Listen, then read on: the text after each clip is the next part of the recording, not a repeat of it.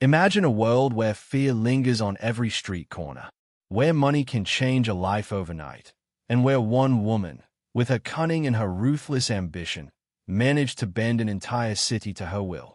This was the world of the 1970s and 1980s, the era when the storm of cocaine rose from Colombia and crashed onto the shores of the United States. And at the center of this storm, one name towered above the rest. La Madrina, the godmother, Griselda Blanco. She was not just another trafficker. She was the mastermind. She didn't just chase money. She built an empire with fear and power. And her name would go down in history as one of the most notorious figures of the cocaine trade. But to understand how this woman went from a hungry little girl in Colombia to one of the most feared drug lords in the world, we must go back to where it all began. February 15th, 1943, Cartagena, Colombia. From the outside, Cartagena was a picturesque coastal city. Beautiful beaches, colonial-era architecture, a port filled with tourists and trade. But beneath that postcard image lay another reality: poverty, crime, and desperation. In this city, a girl named Griselda was born. Her childhood was marked by struggle from the very beginning.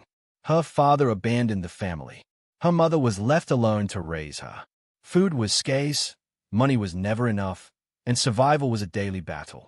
By the age of 10 or 11, Griselda already knew what hunger and hardship meant. While other children played with toys, she played with the idea of survival.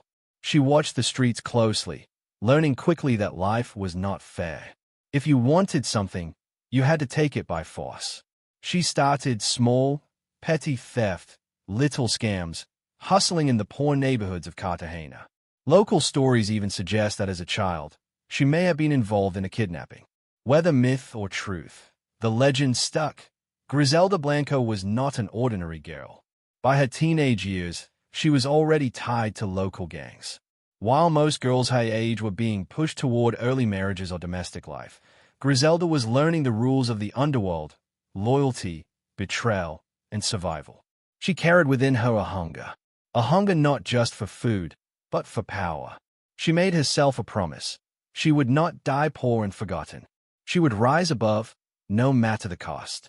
And slowly, step by step, she began her climb. By the 1970s, America was changing. Disco clubs were booming. Celebrities were experimenting with new lifestyles. And cocaine was no longer just another drug. It was becoming fashionable. The demand was exploding. Rich businessmen, Hollywood actors, even politicians were lining up for it. But supply was weak. That's where opportunity lay. And that's where Griselda Blanco stepped in. She saw what others didn't. She realized that cocaine smuggling could be systemized, industrialized, and she could be the one to lead it. Her genius was in her methods. She designed special clothing, bras, girdles, jackets, all with hidden compartments to smuggle cocaine across borders. And she used women and even children as couriers, knowing that customs officers would hesitate to search them thoroughly. It was revolutionary. One by one, flight after flight, kilos of cocaine made their way into the United States. And with each shipment, her wealth multiplied. She built a network: pilots, couriers, suppliers, dealers, all working under her command. She wasn't just moving product. She was building an empire. Miami quickly became her playground. Every nightclub, every glamorous party, every luxury hotel, her product was there. Money flowed in like an unstoppable tide. Suitcases stuffed with dollar bills piled up in her mansions. Cash was so abundant it was said she had to weigh it instead of counting it. But for Griselda, this wasn't just about money. This was about dominance. She wanted to be the queen of the game, the cocaine godmother. And soon, Miami would know her name. Miami in the late 1970s and early 1980s looked like paradise: palm trees, beaches, sunshine. But underneath the glitter was chaos. Cocaine had turned Miami into a battlefield. Shootouts didn't just happen in dark alleys.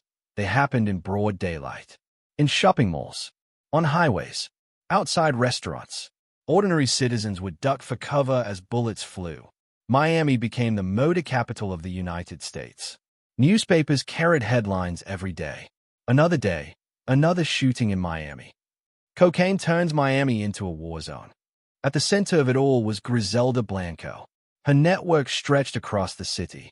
Rivals wanted a piece of the action, but she stayed ahead of them all, ruthless, cunning, and untouchable. And she didn't just deal with rivals.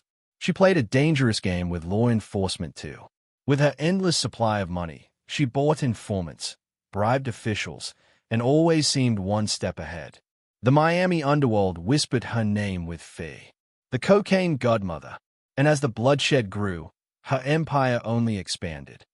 Money was power, but fear was her true weapon. Griselda ruled not just with wealth, but with terror. Her organization ran on loyalty enforced by intimidation. If you were loyal, you were safe. If you betrayed her, you were not. This unpredictability made her even more dangerous. One moment she might laugh with you.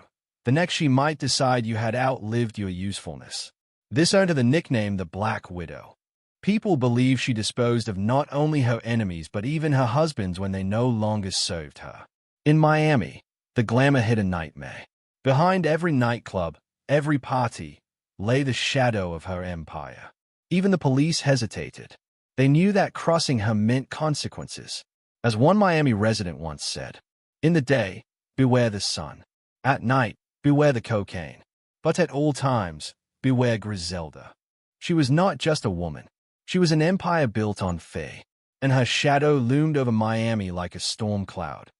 Every empire has a breaking point. For Griselda, it came when she crossed a line that shocked even her own world. In one bitter feud with a rival, she allegedly ordered the killing of a young child, just 2 years old. This act horrified even hardened criminals. It was a signal to the world that for Griselda, humanity meant nothing. Only power and vengeance mattered. Her reputation transformed. She was no longer just feared, she was despised. A monster as much as a legend. Her empire was still vast, but cracks had begun to form. Rivals grew bolder. Law enforcement intensified its hunt, and Griselda's own paranoia deepened. Her empire was beginning to collapse under the weight of its own terror. 1985. After years of pursuit, the DEA launched a major operation. This time, Griselda Blanco could not escape. She was arrested in California. Headlines across America celebrated. The Godmother is caught. She faced charges of trafficking, conspiracy, and more. Prosecutors wanted the death penalty, but Griselda, ever the strategist, negotiated a plea deal. She avoided execution but was sentenced to years in prison. For nearly 2 decades, she lived behind bars. Yet even in prison, she retained influence. Stories suggest she built a smaller network inside. Guards, inmates, connections, she still pulled strings. But time was catching up. Her health weakened. Rivals replaced her. The cocaine trade evolved without her. Her reign as queen was over, but her legend was still alive. 2004. After almost 20 years in prison, Griselda Blanco was released. She was deported back to Colombia. By now, she was in her 60s. The world had changed. The drug trade was no longer hers. New cartels, more organized and more violent, had taken over. She seemed to step back into a quieter life. Some saw her at church, seeking forgiveness. Others whispered that her shadow empire still existed, quietly moving in the background. But one truth was clear. The era of Griselda Blanco was over. She was no longer the queen. She was a ghost of her own past, living in the city where it all began, haunted by her legacy. September 3rd, 2012. Medellin, Colombia. On an ordinary day, on an ordinary street, Griselda Blanco met her end.